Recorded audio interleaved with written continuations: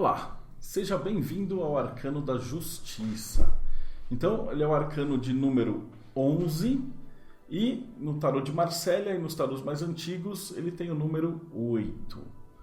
A justiça é um conceito muito fácil de entender. A palavra-chave desse arcano é justiça. Significa que, se sair numa leitura, aquela situação, por pior que seja, por mais ferrado, por mais que aparentemente ela seja injusta, ela faz parte da justiça divina. O que você está sofrendo, ou o que você está recebendo, ou o que você está fazendo, é justo. A palavra hebraica que corresponde a esse caminho é lamed.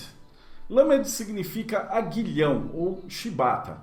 Era aquele instrumento que era usado para você bater nos bois para manter eles na linha. Daí a gente percebe uma certa semelhança com a justiça e as leis no mundo moderno, né? Que serve para dar uma chibatada e manter as pessoas na linha. A ideia de Lamed com a justiça, ela faz o intermediário, né? O caminho intermediário entre as esferas de Tiferet e Gevurah, ou seja, a beleza e o rigor. A justiça ela não é tão rigorosa quanto o Deus da guerra, nem tão bela quanto Jesus. Ela é justa. A sua cor dentro do significado é o verde. E o signo correspondente é, obviamente, Libra, ou a balança. Isso mesmo, a balança.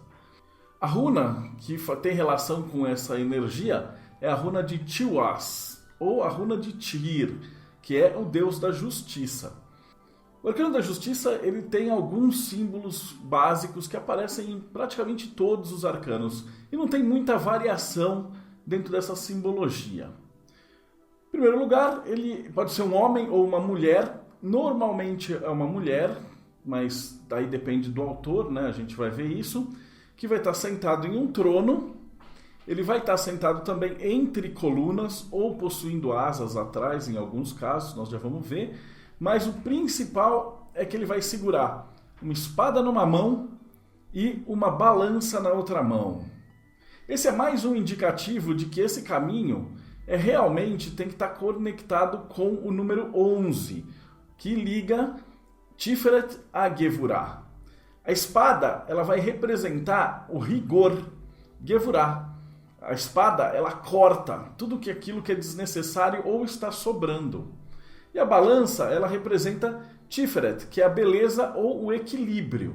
Então tudo aquilo que não for belo ou não tem sua função na natureza, sua fagulha divina ou a sua essência, está sobrando na balança. E aí vai desequilibrar isso e tirar essa beleza.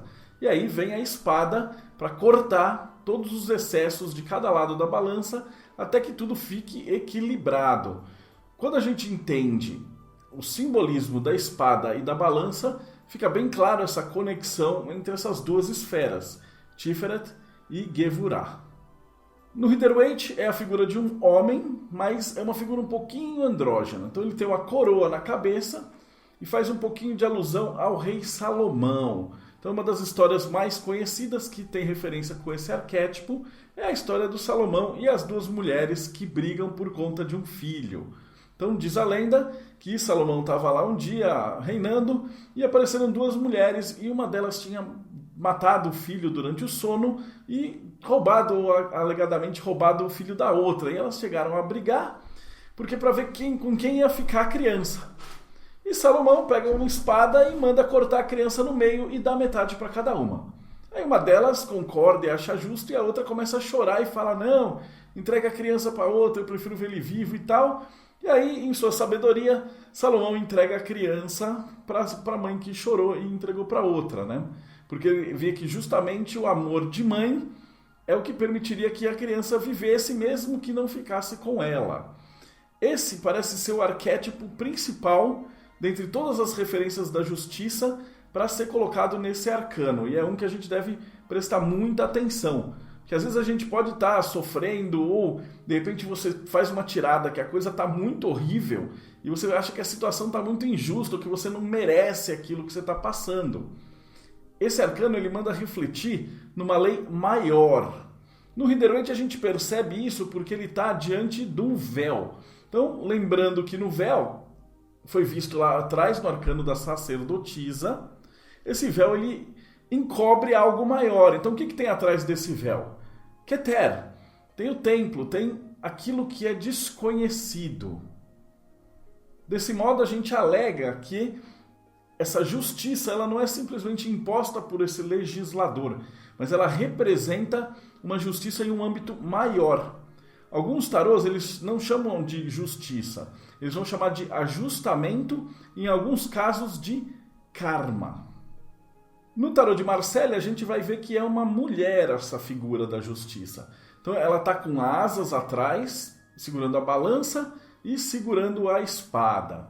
Então ao mesmo tempo que ela vai fazer uma evocação da Justitia, que é a deusa da justiça, ela vai fazer também uma evocação que vai ficar mais clara em outros tarôs de São Miguel Arcanjo. São Miguel Arcanjo ele é retratado como um anjo segurando uma espada numa mão, uma balança no outro e pisando num demônio. Em alguns casos, eles fazem uma distinção entre a deusa Metis e a deusa Justitia. Então, Metis é a deusa grega, é a que a gente pode observar aí no Marselha. E Justitia é a deusa romana. Qual que é a diferença entre as duas? A deusa grega, ela não tem a venda nos olhos. E a deusa romana tem a venda nos olhos. Essa diferença quer dizer que para a deusa romana, ela não quer saber quem você é. Por isso a venda. Ela só quer saber o que é que você tem a dizer. Então colocando aspectos mais justos nessa declaração. De modo que se você pode ser pobre, rico, bonito, feio, homem, mulher, escravo, nobre, mas o que importa é apenas e tão somente a lógica. De novo, a gente vai reparar aí a conexão com Libra, que é justamente o pensamento da astrologia dos juízes, dos diplomatas e dos negociadores. No tarô de Sforza, a gente pode reparar que parece aquela moça da corte, então ela ainda está com coroa na cabeça, segurando aí a espada numa mão e a balança na outra. Como eu disse, esse é um arcano que ele não tem muita flexibilidade aí de símbolos. Normalmente você vai ver esses dois símbolos de alguma maneira e um ou outro símbolo, seja um pouquinho astrológico, hebraico, cor, mas ele não vai fugir muito dessas referências. Tarô de Bolonha, nós reparamos que aí surgem as asas dentro dessa configuração, né? E no tarô antigo italiano, o único detalhezinho que vai ter a mais é o detalhe dos pés, que você vai poder reparar que você está um pé coberto e outro pé descoberto. Nós vamos ver isso aí um pouquinho mais para frente no arcano da temperança.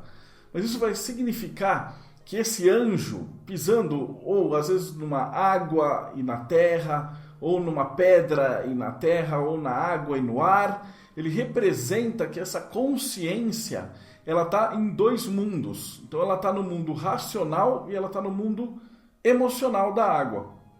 Ou ele está velado e desvelado. No caso do antigo italiano, ele diz que essa justiça, como uma justiça divina, ela tem um dos pés cobertos. Significa que você está vendo só um pedaço dessa justiça. E aí, pode ser que você acredite que essa situação não seja justa. Mas a carta está te dizendo que, sim, pode confiar. Você merece o que está acontecendo. Nos tarôs esotéricos e maçônicos do Oswald Wirth e do Papi, nós podemos perceber a presença das duas colunas do templo maçônico. Então faz uma alusão um pouquinho mais direta à figura do rei Salomão, à figura do venerável mestre, à figura de um juiz, a figura da pessoa que decide alguma coisa. Quem vai analisar tudo o que está acontecendo ali na sua tirada, ou a pessoa que vai dar esse julgamento. Isso é importante porque quando você vai usar esse arcano no seu altar para evocar essa justiça, é bom que você tenha realmente razão. Porque quando você abre os portões para chamar Tiwaz, para chamar a energia da justiça, você está chamando aquela energia para dar razão para quem tem razão. Então, quem merece, recebe, quem deve, paga. Se você tiver errado, você vai pagar. Tanto no Oswald Wirth quanto no Tarô dos Boêmios, nós vamos ver que a numeração é 8, porque eles seguem ainda aquele modelo de Marsella. Só para finalizar um pouquinho dos boêmios, você vai reparar que ele ainda tem a cruz no peito de quem está julgando. Então, para fazer essa correlação de que aquela justiça ela está vindo de um âmbito maior. Já nas cartas esotéricas, como a Golden Dawn ou o tarô de Crowley, nós vamos perceber que, principalmente da Golden Dawn, ele tem uma figura muito bonita relacionada com o do Venerável Mestre ou Mestre do Templo. Então nós vamos perceber aí que ele está com um chão quadriculado, ele está diante de duas colunas, uma preta e uma branca, ou seja, a gente já viu isso lá na sacerdotisa, né? Ele está dentro de um templo, ele é um guardião do templo. Nós temos aí força de um lado, beleza do outro e equilíbrio no meio. Então dizendo que para você conseguir fazer alguma coisa de maneira justa, você tem que estar equilibrado. E essa carta tem um dos simbolismos mais bonitos que eu já vi dessas cartas de justiça. Que esse legislador, né, o rei Salomão, ele está pisando em cima de um cachorro. O que isso significa? Vamos analisar. Lembra do louco, que é onde aparece o outro cachorro? Cachorro significa amigo. Então aquela pessoa que não tem o seu grau de consciência, né? Ele aparece também na roda da fortuna, aí tentando buscar uma consciência, mas ele ainda não tem. Por que o legislador pisa em cima do cachorro? A representação disso é que a justiça está acima da amizade.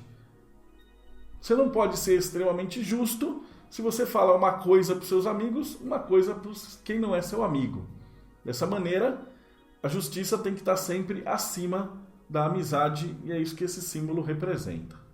No tarô de Thoth, o Crowley ele coloca uma coisa bonitinha em cima aí dessas duas balanças, né? Ele põe uma figura andrógena segurando uma espada em descanso, e em uma das pontas da balança você vai ver um alfa, e na outra ponta da balança você vai ver um ômega. Isso quer dizer que o Crowley pede para que você mantenha seu equilíbrio da entrada e da saída, e o que ele pede, ou o que esse arcano coloca como ajustamento, é o lema de que deixe as coisas melhores quando você for embora do que quando você chegou. Se você aplicar isso para tudo na sua vida, você vai ver como você vai ter uma vida muito melhor e muito mais próspera. Uma outra coisa que você vai reparar é que a balança não está nas mãos dessa figura, mas ela está pendurada acima, né? Então ele chama de ajustamento para não ter colocado karma, que significaria que essa justiça, quem está pesando, não é nem o executor, é alguma coisa um pouco maior, um pouco fora do nosso âmbito. E o executor ele está lá com a espada, apenas esperando dar um desequilíbrio na força para ele ir lá e cortar qualquer coisa que esteja sobrando.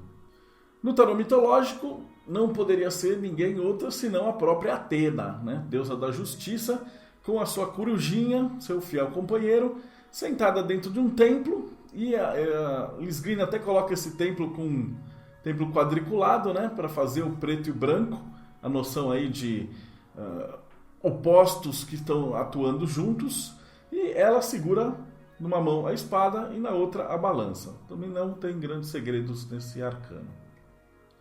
No tarô alquímico, nós podemos ver que essa coroa ela é substituída aí por essa chama. Vale lembrar que a coroa é o nome para Keter. Uma coroa na cabeça de quem está julgando sobrepõe em algumas maneiras a imagem do rei, em outras, eu esperei para falar agora nesse arcano porque fica muito mais óbvio, a figura de que quem está julgando é Deus. Quem está julgando é quem está ligado a Keter, ou quem tem a coroa. E aqui é muito óbvio, porque a gente tem a coroa de fogo, né, representando aí o topo da árvore da vida, com o olho que tudo vê nessa coroa, significando que a justiça vai ver tudo o que está acontecendo mesmo.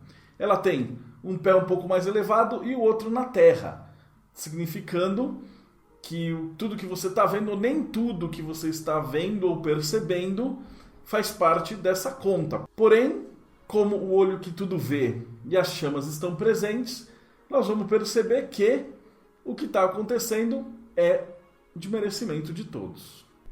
Então, finalizando, Justiça é uma carta muito simples e ao mesmo tempo muito pesada no tarô. O significado dela é justiça. E atentar para a situação inteira, porque você pediu, porque você perguntou e porque vai sair dessa parada. E no próximo bloco nós vamos ver uma carta que é bastante interessante, que é a carta do enforcado. Até mais.